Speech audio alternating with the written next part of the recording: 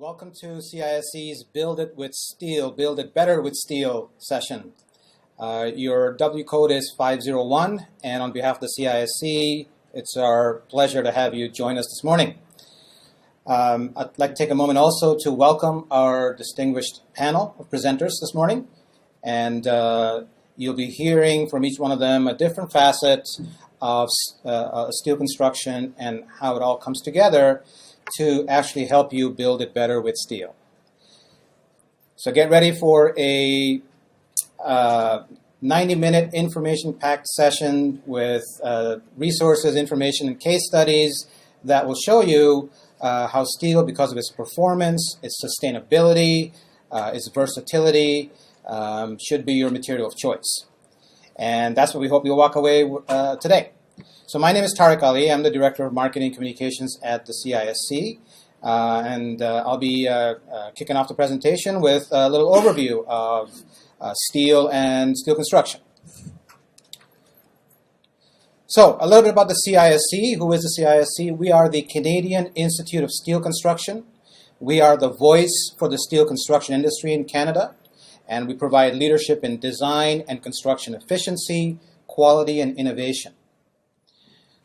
Our membership, our members and associates, they mirror the spectrum of the construction industry. They span the entire spectrum. So we've got everybody from the steel manufacturers, the mills, to the fabricators who fabricate steel for construction, the suppliers to the industry, the various other stakeholders in government, builders, owners, and of course, consultants, engineers, architects. And then in academia, we have students, and educators that are part of our membership. And the idea really is to collaborate, share information, tools, resources, develop cutting-edge research and education programs. And really, our mandate is to promote the safe, efficient, and sustainable use of steel in construction. So we do that to a variety of different products and services. That ranges from advocacy to publications and technical solutions. But for this crowd, some of the products I've highlighted there are ones that you can take advantage of. We've got our Solution Center, which is our technical engineering division that is always ready to help you with any questions, queries you may have about steel design and construction. We've got a variety of publications that are available from our Amazon storefront. We've got lots of education and research programs that we support at universities and architectural engineering programs right across Canada. We've got a Steel Design Awards program that recognizes excellence in steel design and construction.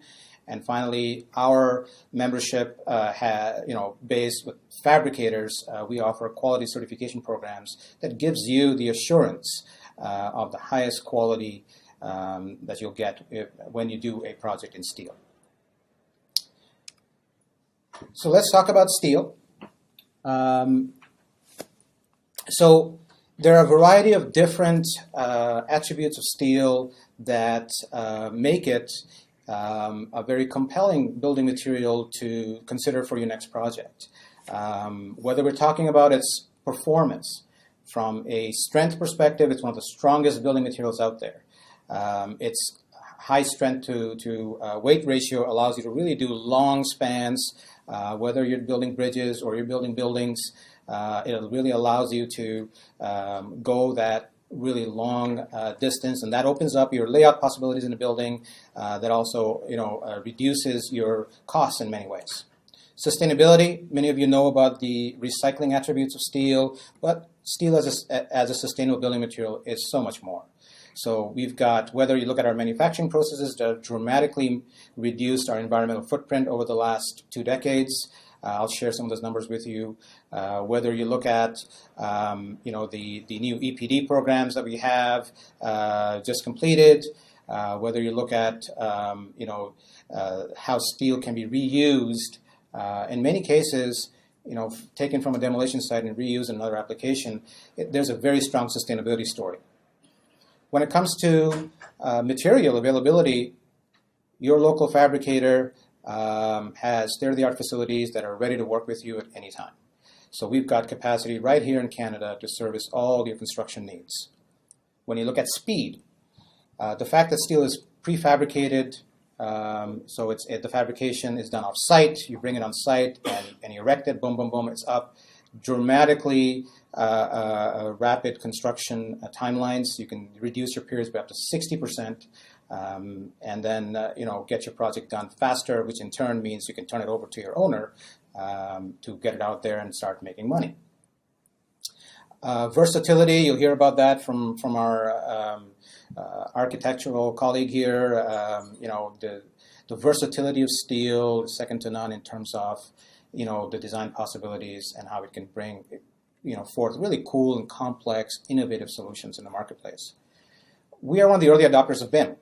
And that means that not only are we able to collaborate more effectively with the entire construction value chain, with the architect, with the engineer, our fabricators, our detailers, but it ensures consistency, quality the first time, right? Safety, the product itself, has a proven, demonstrated track record of safety. Our facilities have very high safety standards, and that ensures you get the best possible quality manufactured to the highest safety standards in the world. So when we get into steel and building construction, let's look at some of the benefits of steel in building construction. So we've got, when we're talking about buildings, be they mid-rise or high-rise, the first thing you have is durability. So a steel building can last a very, very long time. And because it is highly ductile and a seismic resistant material, it is a material for the times. So in today's, climate ravaged, climate changing kind of environment, resilient construction is very important. And steel offers, perhaps the most compelling resiliency story, given its ductility, given its seismic resistance. We've seen a lot of projects in cities that have been earthquake ravaged, floods, where you would see the steel building still standing. The fact that it's a non-combustible material in this day and age of changing building codes, where combustible materials are coming into mid-rise construction, it's very important, and you can't, it's worth stressing the merits of a non-combustible material, especially when you look at that material and as it's being constructed, when there aren't that many fire protection opportunities available to you, steel offers the safe solution. I've talked about quality, cost, and speed, and I'll talk about it a little bit more as we move along, but again, there's a superior value proposition there in terms of the cost to construct the steel, the speed at which you can construct steel, and the ultimate quality you're getting. And finally, it's dimensionally stable, which means it won't rot, it won't, there's termites, mold, like these issues you're not dealing with when you're dealing with steel. So what else has happened in the world of building construction and what the steel industry has to offer, to all of you? So we've seen a lot of innovation in the steel industry. One example are innovative framing systems that address a lot of the feedback that we get from the marketplace, whether it is the floor-to-floor height issue, or it's vibration, or it's noise, or acoustics, or fire protection. There's a lot of innovation that's happened, and it's worth looking at that because, again, it makes steel very, very compelling when you look at it from a cost, performance, safety, or quality perspective. When you're looking at it from a sustainability and even a health and wellness perspective, and many of you may have heard of the WELL standard, using steel and the fact that, again, coming back to its high strength to weight ratio, the long spans you can have with it means you can create healthier buildings, right? So it offers more opportunities for windows, more opportunities to bring natural light, a greater occupant comfort, and of course, reduced energy use. Steel, because of its versatility, allows easy integration with mechanical, electrical, and plumbing systems. And again, when it comes to new construction or even renovations, that's a key advantage. We have minimal on-site waste because there's hardly anything made on-site. Everything is off-site in a controlled environment, so very small footprint on-site. And that then translated also into lower costs when it comes to all the other things, materials, labor. I mean, that's up to 75% savings in labor. Your crane costs, your interim financing costs, so a variety of different advantages. Winter construction, we keep going. There's no stopping with steel construction. And finally, when it comes to renovations and retrofits, steel is very easy to work with. So one of the deciding factors that we know out there is the cost of a project. One of the deciding factors when it comes to choosing what kind of building material you're going to go with, right? It tends to be the cost of the project. So we went out and we did a case study that looked at, a reference project designed using steel and designed using concrete. We, of course, didn't do the concrete design. That was a third party, and we have the case study available at our booth if you drop by that lists all the firms that were involved in the study. It's all third party. Only the steel solution was designed by us, but everything was costed externally as well as with the concrete design, etc. So we looked at 4 things: design, construction costs, schedule, and sustainability. This is your typical floor plan. Just to give you an idea, it's very detailed. I'm just going to go through this quickly to give you an idea that the floor plans are very similar. So it's cast in place for the concrete solution, cast in place slab with beams and core walls. The steel solution is beams and joist. Very similar floor plan. This is your costing package. So it's right there, black and white.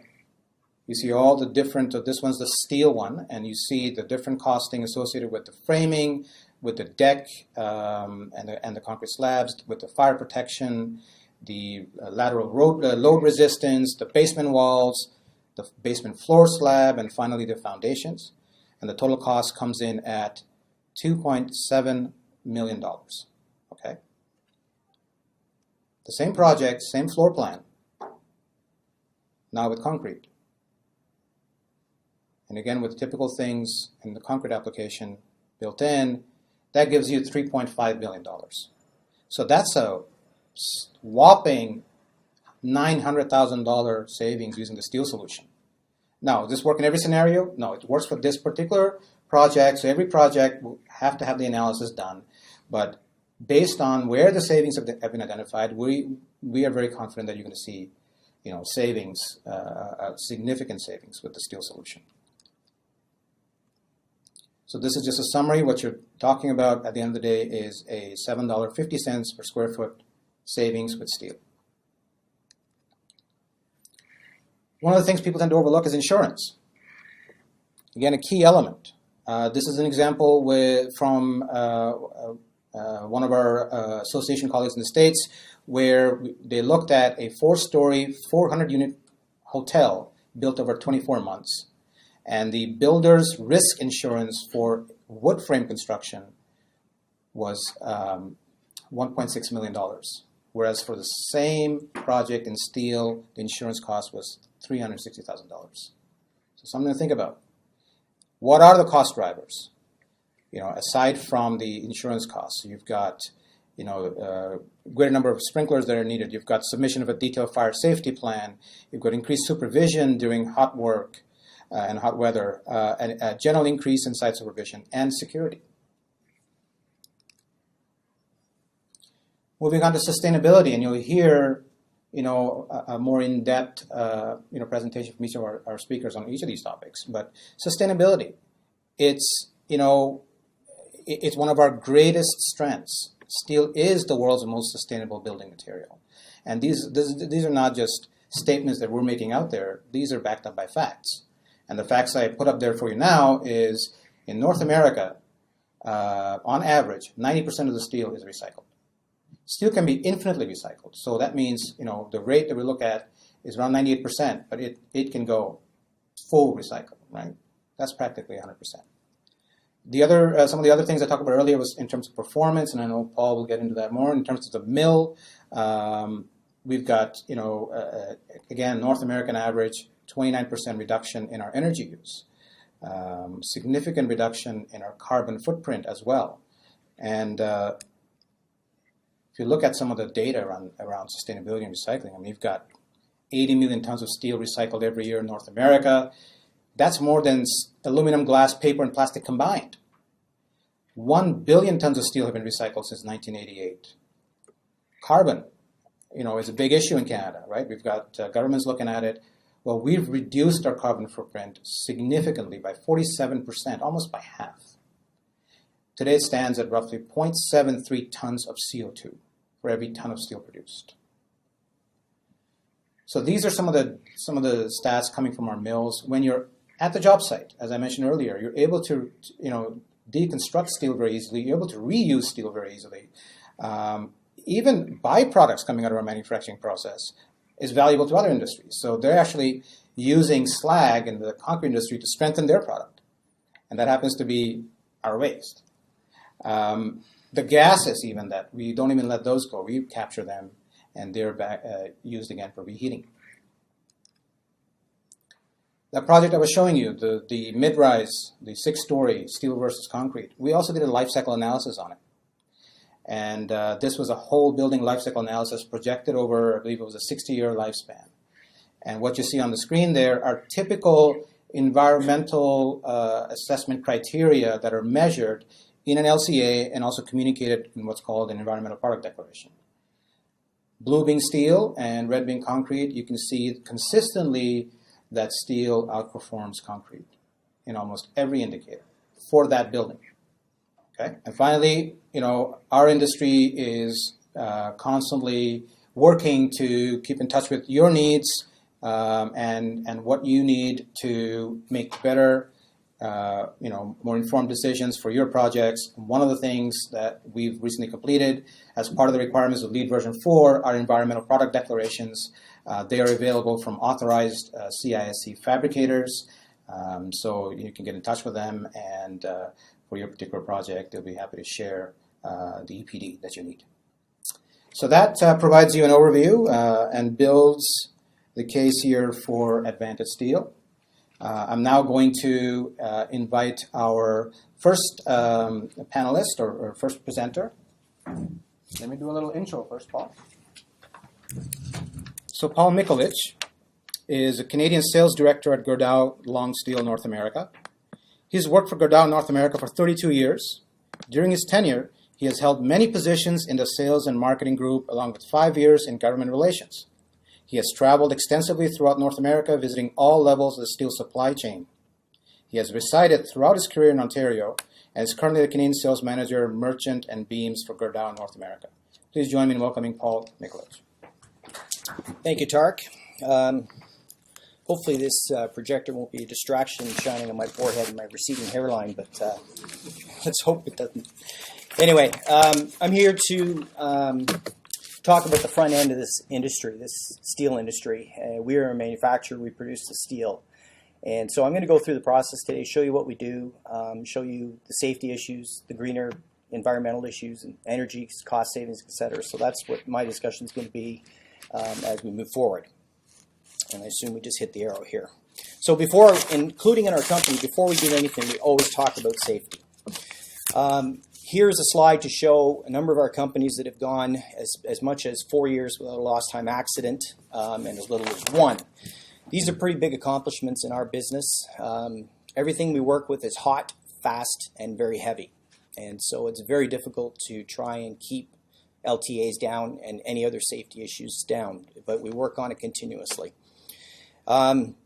If you were to walk through our operations, you would see a lot of that, including in the offices. We have safety is a big factor there.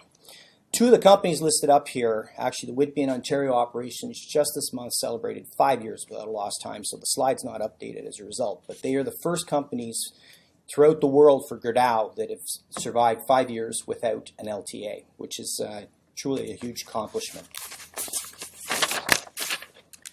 And just to give you an illustration of some of the stuff that we do, this building is actually a tarping bay that we've constructed for truck drivers. And it's to prevent them from having falls while they are strapping and tarping the loads. Now, truck drivers are not on our payroll. They are contracted out. And we still, in spite of all of that, take them into consideration in our statistics and how we approach the safety aspect. So we spent $1 million putting this building up, basically to make sure that drivers don't fall off the trucks while they're doing their tarping and strapping. Further examples of some of the safety, we have elevated stair platforms so that our workers can look into the rail cars, see where we're putting the material, how we're loading it, because it all has to be uniformly loaded. They can also climb into the cars more safely than if they have to climb up the ladder up the side. The bottom photo illustrates cranes that are operated from cabs up in top in the roof of the building. And they're also magnetic cranes, so we do not have to use employees to chain sling the bundles on the ground and therefore create higher risk as well on that. And thirdly, the last photo, I would say that we're probably the only company in North America that has chin straps on safety, hard hats. We implemented it. It was a tough sell to our employees, but we did implement it because we've had falls where the hard hats have fallen off people's heads and they've succumbed to injury as a result of it. One person who did have a chain strap that did fall survived the fall with minimal injury as a result of the chin strap. So that is actually globally set up in our company that everybody has those in place. So who is Gerdau North America? We're a global company, but I wanted to speak more and focus more on the North American entity. So we have manufacturing capacity of over 1 million metric tons. We employ 9,000 people in Canada and the U.S. at 120 locations. 2014 revenue was $6 billion, and we operate in 2 provinces and 29 states. This is a pictorial of where the facilities are located, and the color schemes, of course, designate what they are. So merchant products, which is part of the range we make, is designated by yellow, wire rod and rebar by green, and structural and SBQ by the red. You will note that most of it is actually situated on the eastern seaboard of both the U.S. and Canada, where most of the manufacturing and construction is done. Here's the product mix. Rebar represents 31%, including fabricated rebar. Merchants and SBQ represent 36%. Structurals represent 25%, which is the beams. And then we have the wire rod, which represents 7%. And you can see some illustrations of those products below. So the 2 Ontario mill operations, there's one in Whitby and one in Cambridge. They have combined steelmaking capacity of 1.34 million tons. We have 9 scrap metal recycling facilities around those mills, so it's all locally procured. 750 full-time employees, and we deem there to be a 5-to-1 spin-off of employees into the region. These 2 mills both celebrated 5 years, as I said earlier. Giving you some illustration, Whitby has 1,200 suppliers to that operation in that plant alone, and Cambridge has 800. There is some overlap because there's some products that are procured globally and you can only get them in 2 or 3 places, so there is some overlap. Pick a number, 100.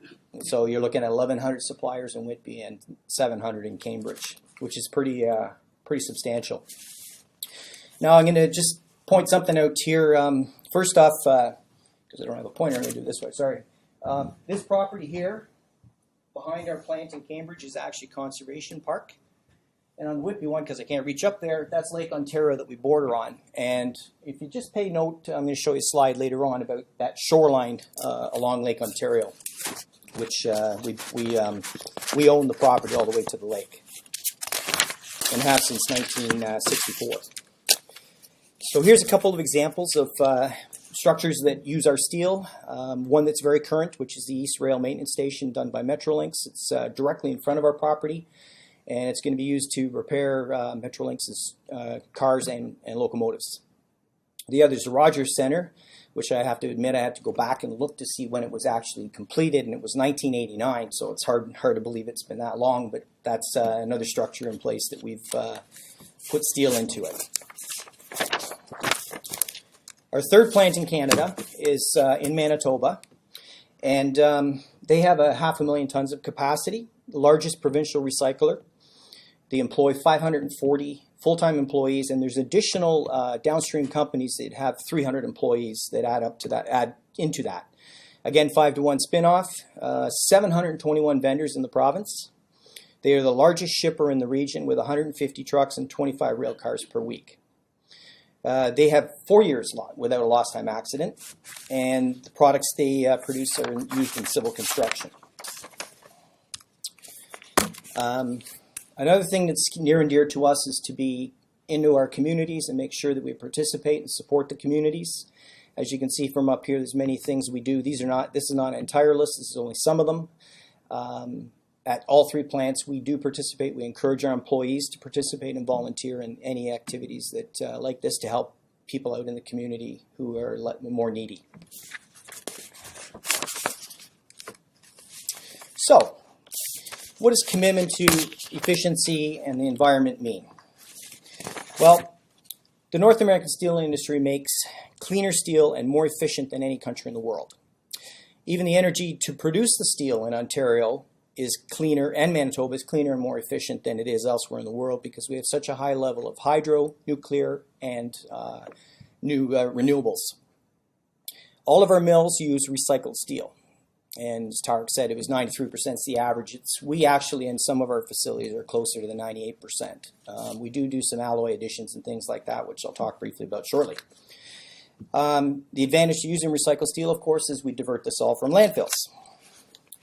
So what I'd like to do is dispel some myths that people have about the steel industry. Not everything is that we see is on the surface. There are some things that are below the surface. And the images of the steel industry are that we are very labor intensive, we're very dirty, smokestack industry, and of course scrap, which is not a pretty picture when you see it. However, it is a significant resource. So a bit of a challenge. I did have a video here which wouldn't run, unfortunately. It was a short clip to show you just kind of, it was a little bit of an amusing clip. But to demonstrate that even stuff that you can put in your recycle bins is critical to it, such as steel cans and anything along those lines. I mean, we can virtually melt anything as long as it can be retrieved one way or another. So for us, that's, like I said, you fill up your blue bins as much as you can because all of that stuff will get recycled, including some of the non-ferrous, such as aluminums and things like that. How do we do it? We use a shredder. It's a 6,000 horsepower shredder, and basically it's a drum that rotates at 6,000 RPMs, and it has a series of hammers on that smashes up the steel. We can shred a car in 2 seconds. We put it in, and out the other side comes a car. We have separation systems, which separate the ferrous, which is the steel, the non-ferrous, such as stainless, aluminum, coppers, etc., and what we call the auto shred residue, which is plastics, ceramics, and anything that we cannot use or recycle. This system, I mean, it's very expensive. But it's very efficient. We currently in Whitby shred 20,000 cars a month in Whitby, 20,000 cars. So pretty much every car that passes us one day on the highway gets diverted into our recycling operation. So it's significant. We recover about 68% of the car right at this point. Ironically, the governments are kind of twisting that around a little bit because they're pushing for, higher or lower, I've got to say this correctly, lower kilometers per 100, lower liters per 100 kilometers to get better gas efficiency. The problem is the auto manufacturers are diverting into other products which we cannot recycle. So we're going to the governments to say you need to look at life cycle analysis because that's truly important. It's not just about what do we do on the car end, it's what do we do on the other end as well. And as Tareq had said, I mean, it's infinitely recyclable. So 200 years from now, we can still be taking the same steel and redoing it over and over again under the current process. So what do we get? We get steel, non-ferrous, which is, I said, stainless, aluminum, etc. And then we also get opportunities where with technological change we can look at some of these things. And I'll give you an example. We have now the ability to go back. We have a government-approved berm on site where we bury the non-shred residue. And we can now go back and actually extract things out of that berm as a result of new technology. So we can get some of those metals and non-ferrous products out of there, which are very valuable. But at the time when we first started the process, we could not get it out of the stream.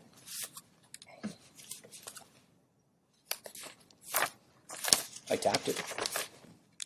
There. So there's really two kinds of steel. Obsolete, which is basically anything that's been put into steel and sitting around with the end of its useful life. Then the other is the prompt industrial, which is things such as stampings that you get out of automotive companies. So it's the piece, like when they're making the fenders, it's all the other pieces around the outside of the fender that we can take and recycle again, put it back in the system, and we can melt all of that. Here's some examples of what they are. May not look pretty, but this is a valuable resource to us. It's worth a lot of money. Globally, it's traded everywhere in the world. There's 70 countries that make steel. I would suggest probably a good 60 of them use scrap to make the steel. So it is a very valuable resource and a challenge on a cost side to continually manage that part of the business. So I'm going to quickly show you here how we make steel. So you take the cars, we shred them, smaller pieces. They come out like fist-sized pieces out of the shredder, so we can melt them then. We can put them in the furnace and melt it. You use high electricity to do it. You make a liquid steel. We add alloys to bring the qualities of the steel up that's necessary for the construction industry. And then we put it into a tundish, and we make what we call a billet. The billet's water cooled so that when we can put it outside, store it outside, and then as we need it to match whatever we're rolling in the rolling mills, we bring it in, put it in a reheat furnace, and reheat it again using natural gas. Of course, because we do that, we do use a lot of electricity. Our electricity bill is pretty significant, probably, I don't know, $5 million a month, and it's pretty substantial. So electricity management is really a big part of our business. We use so much electricity that we have a direct feed from Ontario Hydro, and we are also the base load that they use for the nuclear power plants when we operate. So ironically, one day they came to us and asked us to use, how can we use more electricity?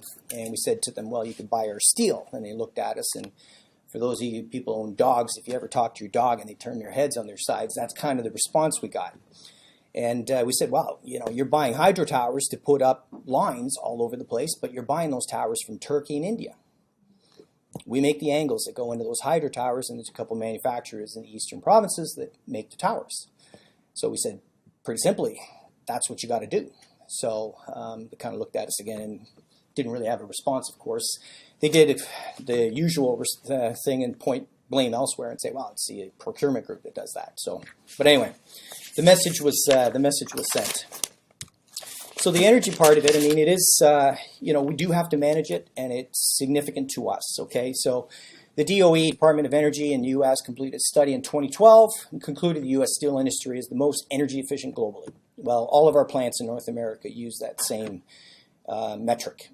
We have a team in Gerdau that actually manages all of our energy, and we have people at each of the plants that do so as well. And we've also benchmarked with ourselves and externally. So within all our operating companies within 14 countries around the world, and then also externally to our competitors. So I'm not going to get into a lot of this, but this is kind of the demand management part of it, cost control.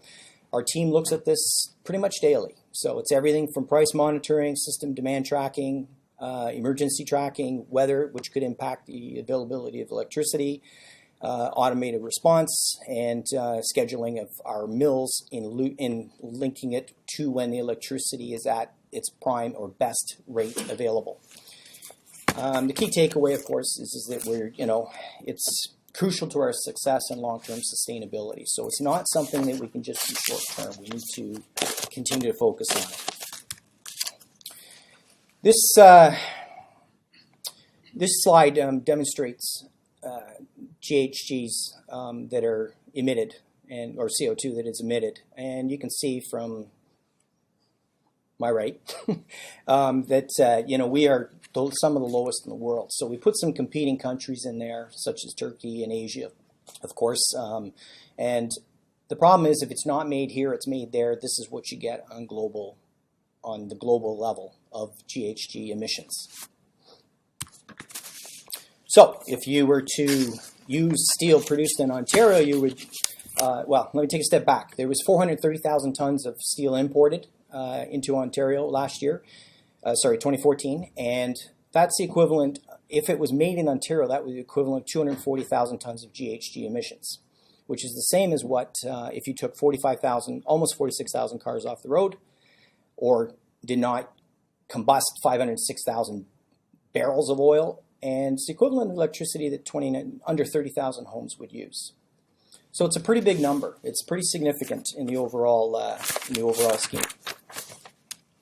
And here's an illustration that if product is made in Turkey, there's 1,552 pounds of CO2 per metric ton versus 150 if it's made in Ontario.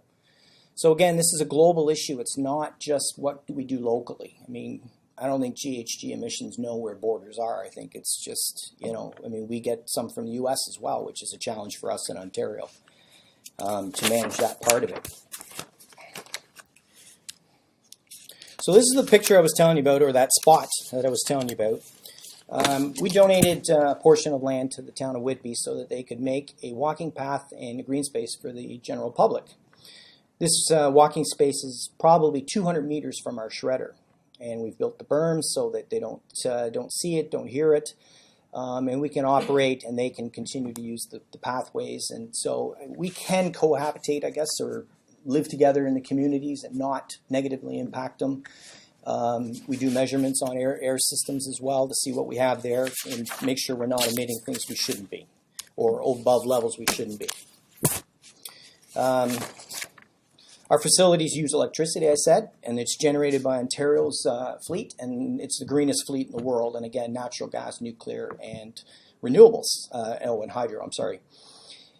In addition, we also have lower transportation emissions because we're closer to A, where the product goes to, and B, where we get our raw materials from.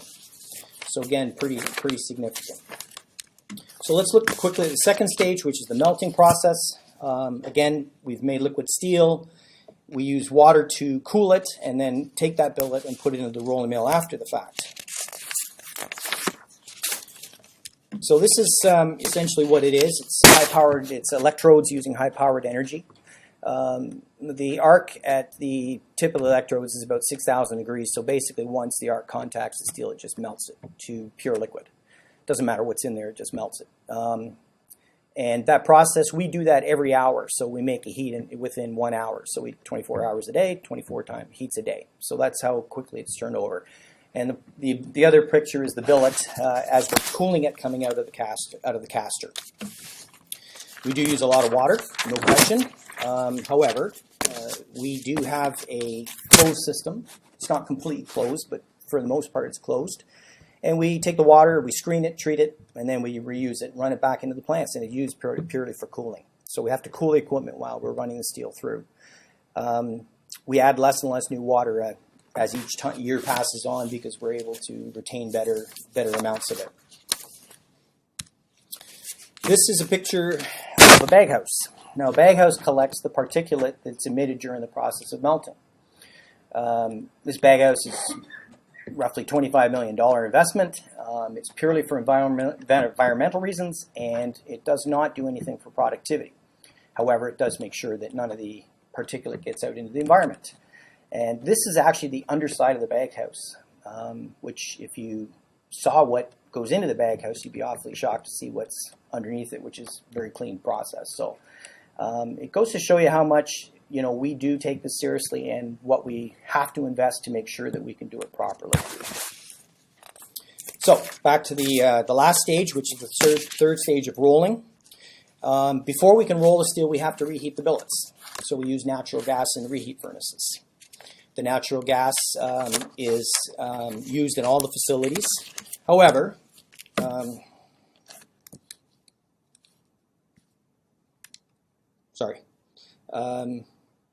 I'll go to this slide and go back for a minute. So in Cambridge, we have been tapping into the landfill there that creates methane gas, which they flare off regularly just to get rid of it. We've been using that methane now for 10 years to supplement our natural gas in our furnaces, thereby reducing the cost and also using less natural gas as a result of it. So another great efficiency mode. And I'll go back and then pop forward, sorry. So we use, in the mill, we use rolls to make the steel, and it actually forms the product. So it takes that billet, the 5x7 or 6x10, whatever the size is, and we form the steel. So we make the steel malleable by heating it, and then we roll it through the rolls. But you can see the significant investment we've had in that. Just for the record, a pair of rolls are worth about $50,000. So it's a huge investment. And that's what it looks like. So we have operators in the pulpits that run the mill. We do have some people on the floor, but not too many. Usually, actually, if there's nobody on the floor, it's good because the mill's running properly. We take the billet out of the reheat furnace and run it through the stands, and of course, it makes the reduction and changes it. Now, the technology side, we have bar gauges, which measure the dimensions of the product. We have speed controls, which make sure that the speed from one stand to another is uniform. Tension sensors, which determine if we're not pulling the bar or pushing the bar. And then, as I said, operators are in the pulpits doing most of the work from there using computers and TV screens, which they can see the whole operation. Another illustration of how technological it is, and that's another gentleman sitting in a pulpit. And we have 2 mills in Whitby in the same plant, so this is the other side of it. So the product is air-cooled, and the cooling bed is automated. It's fully indexed. The bars move across, and then they're put into packaging. The product is layered as well, and that too is automated. We have automatic stackers, which are controlled from the pulpits, so they stack them in the bundles. We have layers, they invert and interlock the bundles, and automatic strapping and self-discharge conveyors to put the material into the warehouse. And that's an example of the warehouse. We have stanchions like that where we plow the material between, again for safety reasons, so we don't have any collapsing of the piles and injuries of our employees. Everybody has to wear the blue uniforms with the reflecting stripes so they can be seen in the plant, so another safety characteristic. This is the Metrolinx project, again, just another example, and in the bottom picture you can see our plant in the background on that. So, when you see a picture like this, which a lot of the press likes to use as examples of pollution, I would challenge you to think differently, because the reality is that's not anything combustible. That's actually steam. That's from the paper plant behind us, and they use hot water to make the paper products they make, and the steam comes out in a cold day like it is here, and that's what you see. So you got to be careful when we're looking at this, and that's where I challenge you to look differently when you're thinking about the steel industry. So we are on the surface, we're a steel industry. Below the surface, we're probably a lot more than that. Safety first is priority number 1. People matter, technologically advanced, environmentally conscious, energy efficient, we have to be, and then consumer responsibility. So thank you. That's my presentation for today, and I think we're doing questions after, so I'll leave it till then. But I hope that that helped enlighten you on what we are as the front end of the steel industry, the CISC. Thank you. All right. So stick around. We're moving into the market now. So we are going to share with you, actual case studies and examples of how steel really contributes to bringing, innovative, cool architectural visions to life, complex engineering challenges that are solved using steel in construction. Our next presenter is Holly Jordan. She's a senior associate at B&H Architects. Holly joined B&H in 2011 and has more than a decade of experience with commercial, institutional, and residential projects in Canada and the United States. Drawing on her professional degrees in both engineering and architecture, she's committed to finding innovative, sustainable approaches to all stages of design, from early conceptual development through to final detail solutions. Holly also serves on the Canada Green Building Council, Greater Toronto Chapter Board of Directors, and on its Toronto-based Advocacy Committee. She also leads B&H's in-house research and development group, B&Think. Okay, great. Join me in welcoming Holly. Thanks, Tareq.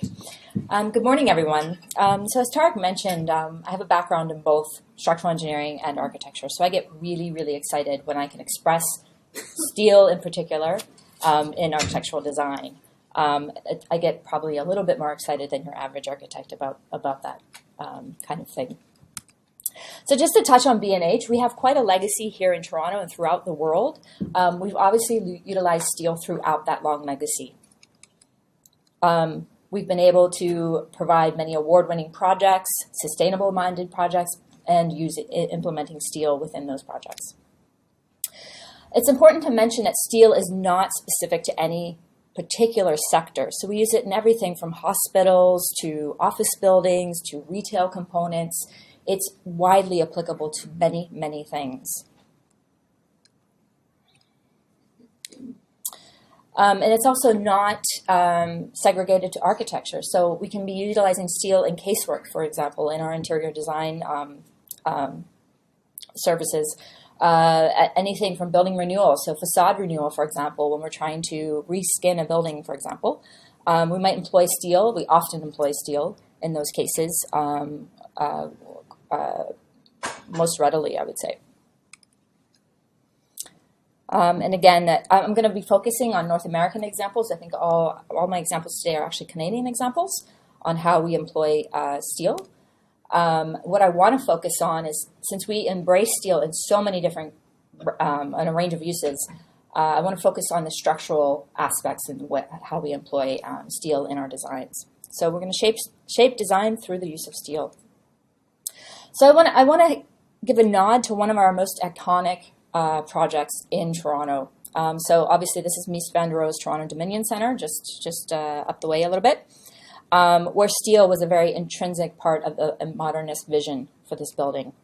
And it's still very relevant today. So I was able to unearth one of the original design detail drawings that focus on the steel detailing of the actual facade.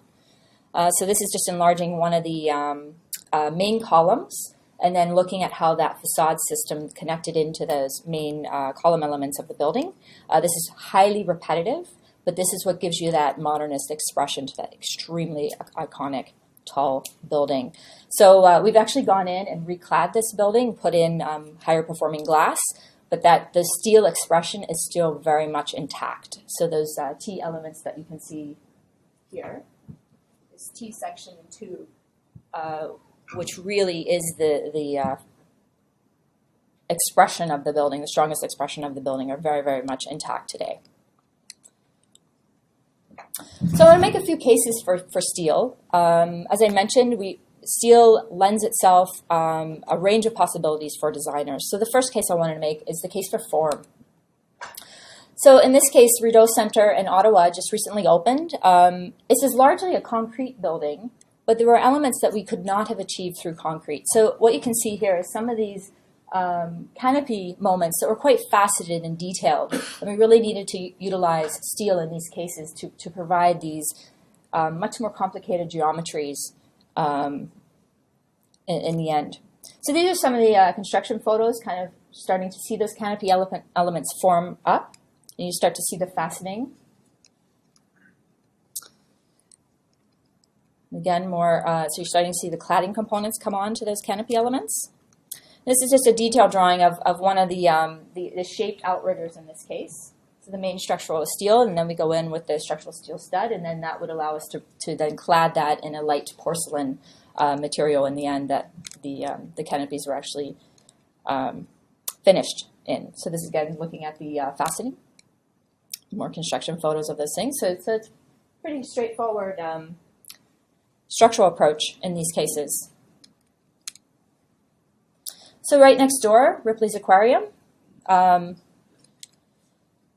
just want to touch again on the use of BIM and the importance of BIM. So we employ Revit on many of our projects, most of our projects nowadays. And particularly with Ripley's, structural engineers were the early adopters of BIM. And we've been able to follow their lead as architects.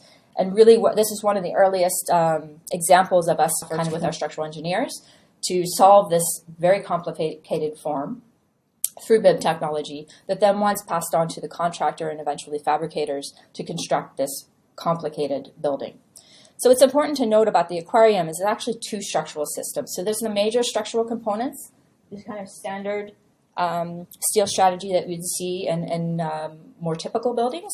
But then around the perimeter, you see there's more faceting elements again. So two systems that work together. And that was very important to the timeline. So this is sort of a stacking drawing showing the aquarium. It had a very solid base of concrete. And then we came in with that light structural cap, and then came in with the secondary structural element that was that very light faceted, more articulated formwork in and around that.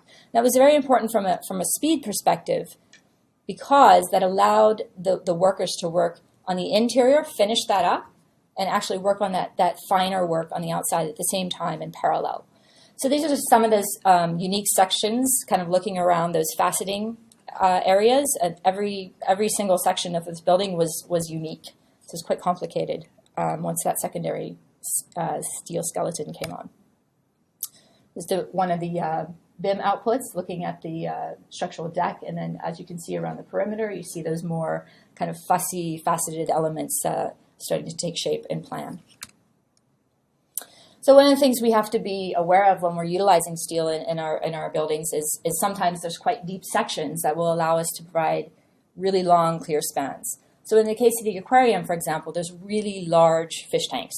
If you've had the pleasure of walking through the exhibits there, so we can't have any column elements kind of coming through those main fish tanks. I think steel sitting through, surrounded by water would probably be a bad idea, especially with the salt water. So this is just an aerial view, and what you can see if you have been to the aquarium, you can start to see the blue snake, which is the tunnel that you pass through, and that entire thing is enclosed in an aquarium. So we couldn't have any column elements within that. So we had to employ steel to actually get span clear across those elements. So this is just some images of the main lobby entrance starting to take shape. You can see the main structural components there. So again, I talked about those two structural components. So we were able to actually provide the insulation and the air vapor barrier in behind the faceted element.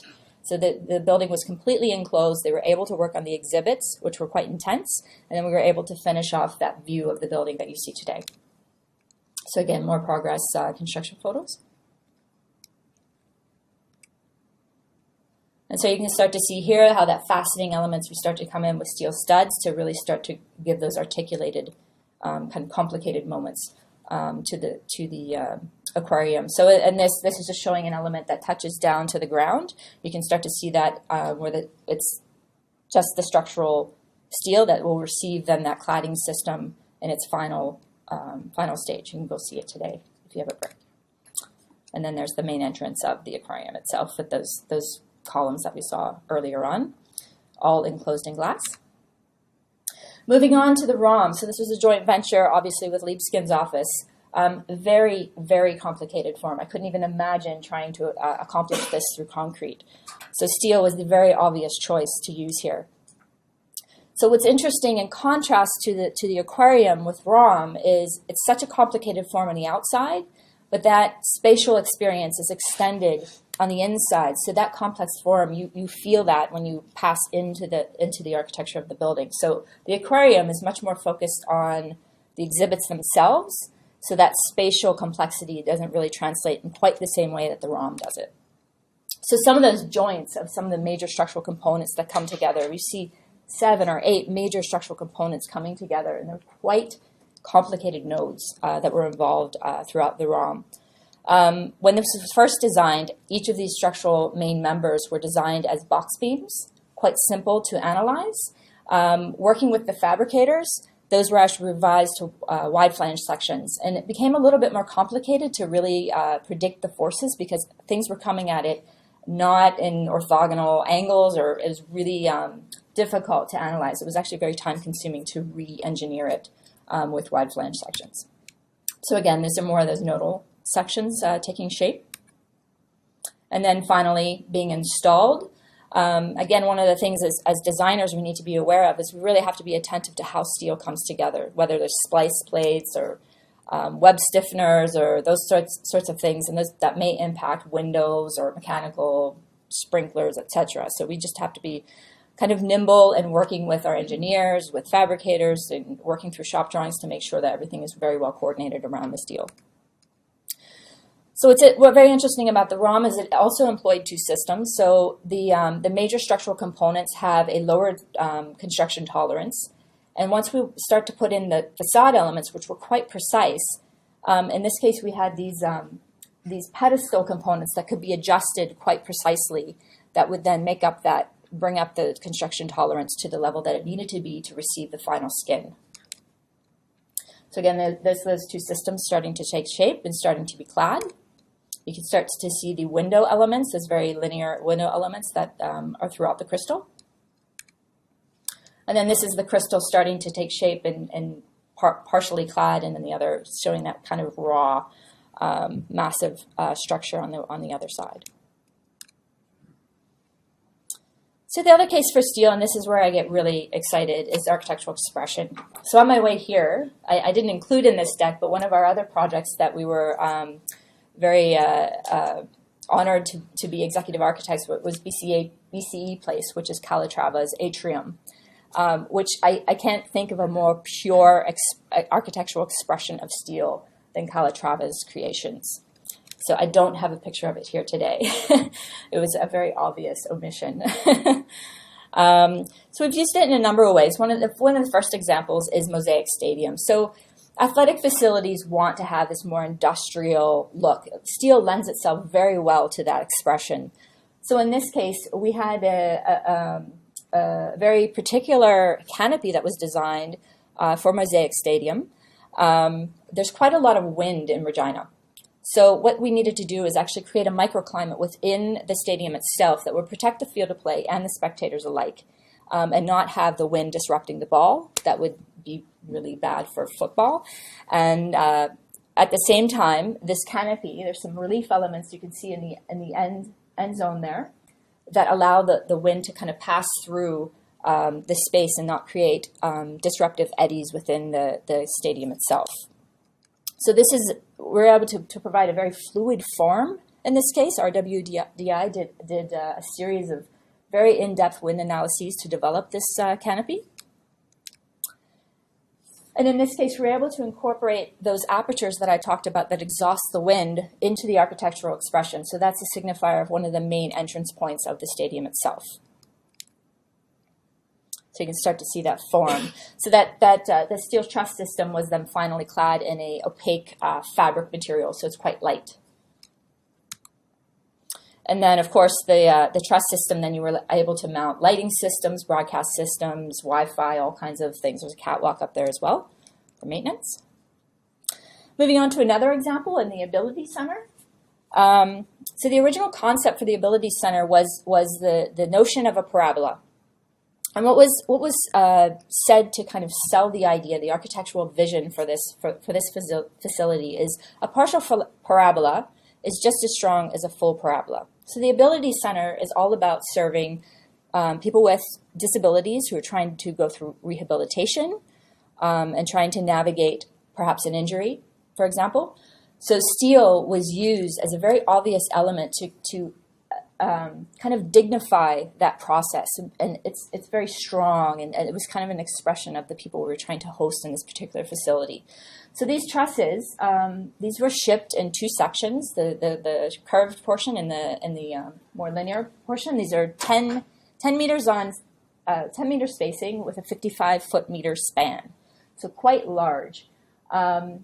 One of the things I should mention from a sustainability perspective, there's the obvious sustainability components with recycled content, but the other less obvious sustainability aspects of steel is it really allows us to provide quite flexible spaces. And I think spaces that can be used in a multitude of ways are quite sustainable. So that was one other aspect that's maybe a little bit obvious, but that's something as designers that we employ quite often. So as I mentioned, these are really long spans. The tubes in these particular trusses are actually very precisely manufactured, that the walls of the tubes actually vary as they go along the length of the truss. So these are optimized trusses very intentionally to, again, allude to that parabola idea. It's quite strong. But it's a very repetitive section. Very quite simple distilled idea. So this entire building was clad in steel. So it was this is a great highlight of the use of steel in this particular instance. So those are the finished spaces. Again, this truss is very evocative of the programs they're trying to host. So another case for steel is its lightness. It's quite thin. It's very strong. So using the case of the University of Windsor, this is the Ed Lumley Center for Engineering Innovation, we were able to employ quite thin sections behind this feature piece, which was this 2-story curtain wall construction. So often we'll use hollow steel sections to support these. In this case, we used really, really thin blades And you can start to see that skeletal structures coming together, and that allowed us to provide this very airy, light-filled space at the main entrance of this school facility. So also speed of construction, as mentioned, it's been mentioned previously, steel can be deployed on site very, very quickly. So just returning back to the Center for Engineering Innovation, it was constructed in two major phases. The first being the major labs, which are at the top of the slide, and the second being the classroom component at the bottom of the slide. And the labs needed to open much more quickly than the classroom component in this case. So you can see this is where the labs are completed, and then the classroom portion was being finished off. So the labs, it's kind of like a pancake building. It's only one story. It's a very they're kind of these get-her-done spaces. It's quite deep, so we introduced a number of skylights into these to get some natural light into those internal spaces, because these were quite deep floor plates. So it's a pretty straightforward construction. And this went up really, really quickly. So again, another case for the speed of steel is just looking at 360 Oakville Place Drive, which is an example of a very standard 5-story office building where, again, steel can be deployed very, very quickly. We worked with both contractors and the client to find the optimized system in this case, which they most often will go to steel in these cases, just for the speed of construction. So if they can open 3 months earlier, that is a really big deal. So even if the costs of the actual construction are lower, that speed, the time that you're saving, time is money, and if people want to open very quickly, they'll often defer to steel in those cases. Again, we employed BIM technology on this particular building. This is not yet constructed, so that was part of the planning and kind of strategizing the use of steel in this case. So there are some instances where we like to have a little bit of some more architectural moments for design, where we might disrupt a very standard steel-based system. So again, we're able to use steel in a much more expressive way. So there's those entry moments that I spoke about.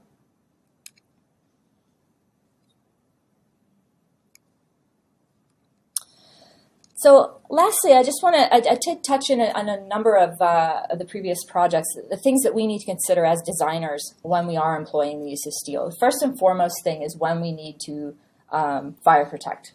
In this case, a column element. We need to work around that. So I think from my perspective as a designer, I always need to be keeping that in mind. Do I need to be cladding that? Do I need to allow enough space for enough thickness for the fire protection material? How are we going to go about providing that as well? In some instances, we might have quite deep beam sections that we need to get mechanical around, sprinklers around, all of those kinds of things. So we need to be designing bulkheads in some cases. So sometimes we try to really study that ceiling plane and really understand that from a design perspective and work with the steel to allow it to do its thing. So again, this is returning to those lab buildings at Windsor. So splice plates, we really need to understand how steel comes together. Is it bolted? Is it welded? Is it exposed? Those are quite important. So in this case, you can start to see the cladding infill going on the left. We were able to work around the splice plates in this case, but I had a bunch of windows that were coming into this lab that needed to be coordinated around this cross bracing, which was necessary for some lateral resistance in this particular building. And that's it. That's all I have for today. Thank you.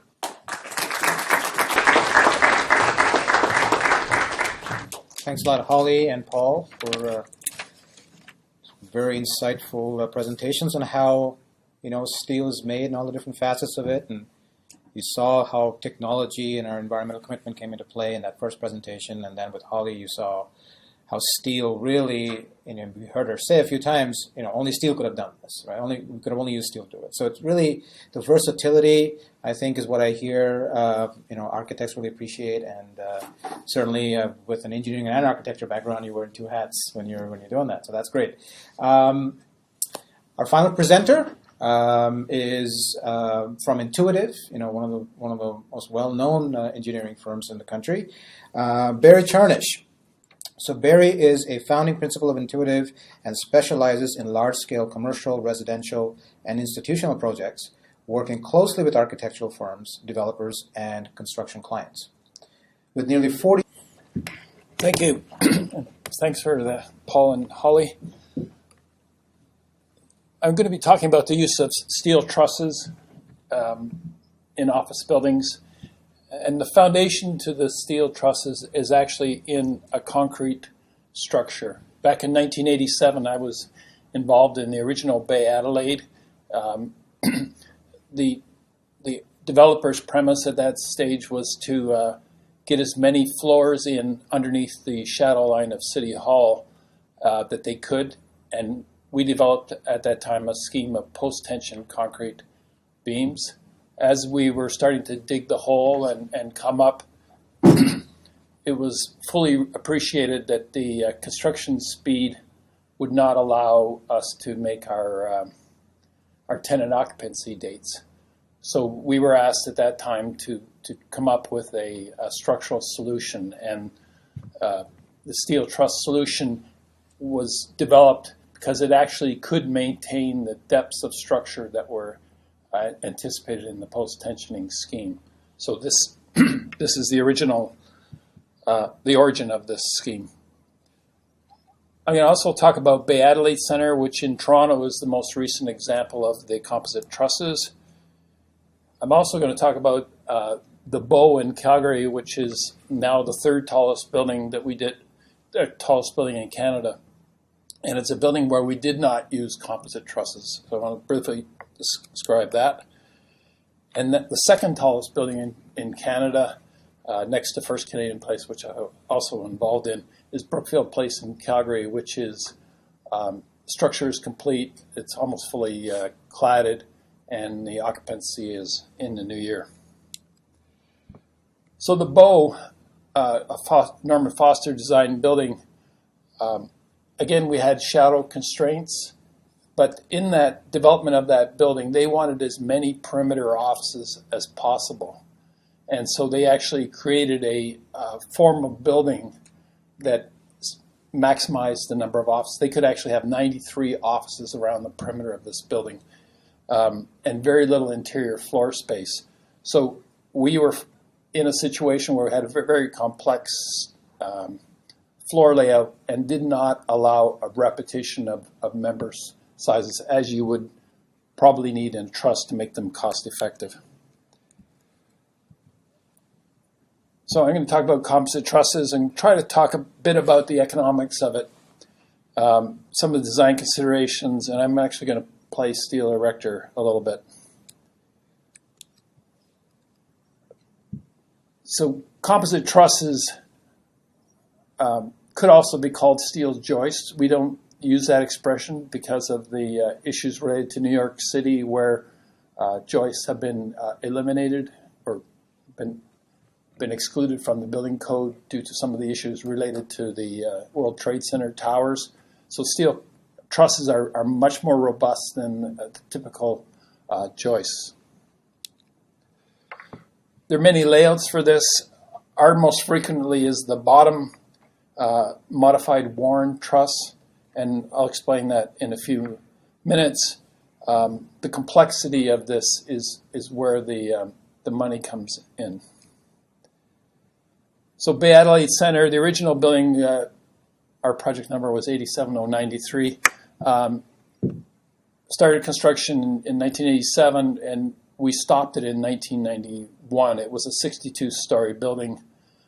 That site was then frozen or mothballed for 17 years, and there was some exchange in ownership, but Brookfield Properties bought the Bay Street buildings and were able to, instead of having one tower on the south block and one tower on the north block, we now have two towers on the south block, the west tower, which was finished about 5 or 6 years ago, and the east tower, which was finished about this time last year. There is a north tower that was originally supposed to be 12 stories. It's now 32 stories and is somewhat in design. So this is the typical floor plan, 49 feet. I apologize for being not fully metric, but I prefer to talk in imperial units. 49 feet core to glass and similar at the ends. The system is an overhead mechanical system, which is very significant in the appreciation of the interplay between structure and architecture. There's a structural system response to the overhead system. There's also a structural system in response to the underfloor duct system. Here you can see that on the composite trusses, mechanically we're going through the trusses. In a building like First Canadian Place, you would go below, and in some buildings, for example in Canary Wharf in London, you actually go through a wide flange shape, and it might be a castellated beam in that example. These are some of the metrics and the cost effectiveness. Here you can see the upper picture. We have a rectangular or somewhat modified rectangular duct which fits through the trusses. When we were doing the original pricing back in the original Bay Adelaide, we had created a Varendale panel for the ducts to fit through that provided an opportunity for a bigger duct. In the revisiting of the building when the West Tower was designed in 2003-04, we looked at eliminating the Varendale because it was a very costly issue, and we were actually able to save money by passing putting two ducts through and passing them through the truss opening. Here you can see some of the integration of the mechanical electrical services. So there's cost of structure and there's cost of non-structural items. The composite truss system has a distinct advantage because it is one of the most shallow structural schemes, saves cladding costs, and depending on what cladding system you have, that can vary from 40 cents to $1.20 a square foot plan area of the office building. So you can save a lot of money by making that very shallow. Some steel buildings have been 6 to 8 inches greater floor-to-floor heights, but we are matching effectively the concrete's best system. Rolled sections are obviously easier to detail, easier to build. You just throw it in a beam machine, but it does have the problem where the mechanical has to go below and increases the need for the floor-to-floor heights. There is a bit of a pop to the mechanical cost because we're going to 2 ducts as opposed to 1 duct for the main trunk systems, but these are, and an overall costing, the composite truss is a lower cost approach. I've done 6 buildings now with the composite truss. We've been actually called in to another consulting firm on a couple occasions because there are unique aspects of design in the composite truss. We do not suggest a novice designer get into the composite trusses. There should be an experienced person involved. Sometimes it's a contractor in a design assist method, but we obviously suggest that people use us. The composite truss system is very effective in future stair openings, the increase in floor loadings that you get with high density files. It's a very tenant-friendly system, whereas the post-tensioning that we talked about earlier, or I talked about earlier, had a challenge that you could not really get into a high-density filing system on the floor as a post-construction situation. Both the American and Canadian codes have sections of the national standards to control this design. We think that there should be a kind of a mixing of the 2 codes because there's aspects of both that need to be highlighted in the development of the design. This is our Revit model of Brookfield Place, showing Walters Steel was the erector, both of that and Bay Adelaide East. So you can see how the steel trusses work with the perimeter. We had no perimeter element. It was just the spandrel beam, including curved ones in the 4 corners where the the corner varied from a 1-inch radius to a 15-foot radius. So why we do these trusses, you want to minimize the number of trusses. So we tend to design the middle 80% of the truss very, very rigidly. The last 2 panels on the core side and on the perimeter side are adjusted as the span, as the elevator bank core walls retreat higher up in the building. That's where we play with the span of the members. We're using angles. We try to avoid the use of battens between the angles. In the erection stage, these composite trusses can be vulnerable to twisting. So part of our exercise is also to consider the erection stability of these. In our first buildings, we used horizontal and diagonal bridging to support some of these. We're just finishing up a research project, which we're hoping will, with some modifications to the trusses, will allow us to eliminate the need for bridging. There's the end connection, and I'll show you a picture of these, is a very important aspect of the truss. You're coming into the side. The erector would like to actually have a seat there. We have done some seat situations. In the latest ones with Walters, we've been using a fish plate at the end. At the core, the original Bay Adelaide West had a concrete corbel, which I still think is the most effective means, but recently we're going to a cast-in plate situation where we drop an erector down to weld the plate on as a hanging from the scaffolding system. As I said, you want to maximize the identical details. These are frequently the trusses are bought from secondary suppliers, like Can-Am has supplied them to a Walters, and another name that escapes me, who is a CISC member that also provides. Walters has recently actually gotten into their own truss fabrication so they can maximize the system. It's all about simplicity. This is where you want to crank out the material because you're competing against rolled sections, and it's all about the fabrication and detailing. Here you can see the trusses being racked for shipping. In our case of Brookfield Place, they were shipped from Hamilton to Calgary. These are not that stable materials. They're 750 millimeters high or 30 inches high, so they tend to have some flexibility to them. But Walters has developed a package system how they package them together and ship them so that there's less stability issues. Here you can see the welder working off of the truss. There's 2 bolts that are dropped in to stabilize the truss, and then the worker can work off of the truss as he finishes off the detailing before the deck goes on. There's coordination with other beam framing. We can't always use trusses along the perimeter. Frequently we have to have reinforced or non-reinforced openings for other equipment. Some of the lessons learned are to just simplify, simplify, simplify, simplify. And that is every connection detail, getting rid of material and also coordinating excessively with the mechanical.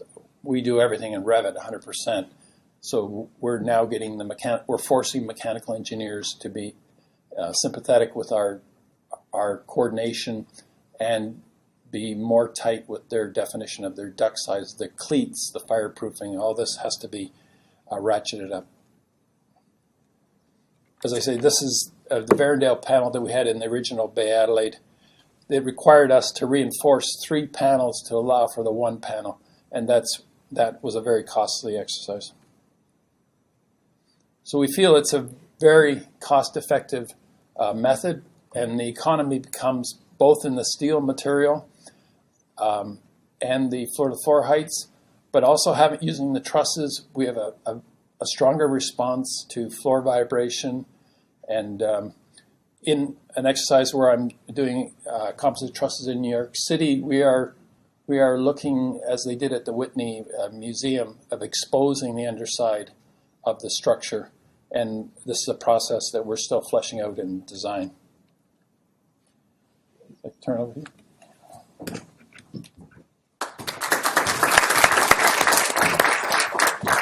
Thank you, Barry. So that brings us to the end of our presentation.